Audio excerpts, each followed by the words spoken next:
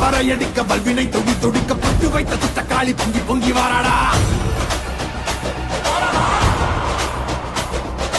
Weapon குழையாட வீரசூலம் கையிலாட மொப்பம் குடிச்சு அந்த முப்பிடாதி வாராடா.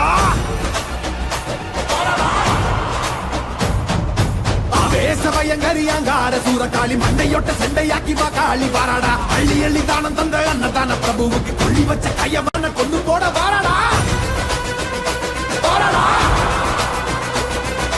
வெள்ளவுள்ள கொண்ட அந்த வெண்டன சகரடிச்ச கள்ளமான கொண்டவ கதை முடிக்க வாராடா. உருக்கி கொடையளிச்ச புத்தம உயிர் எடுத்த பாதக இடுப்போடைக்க பத்திரகாளி வாராடா.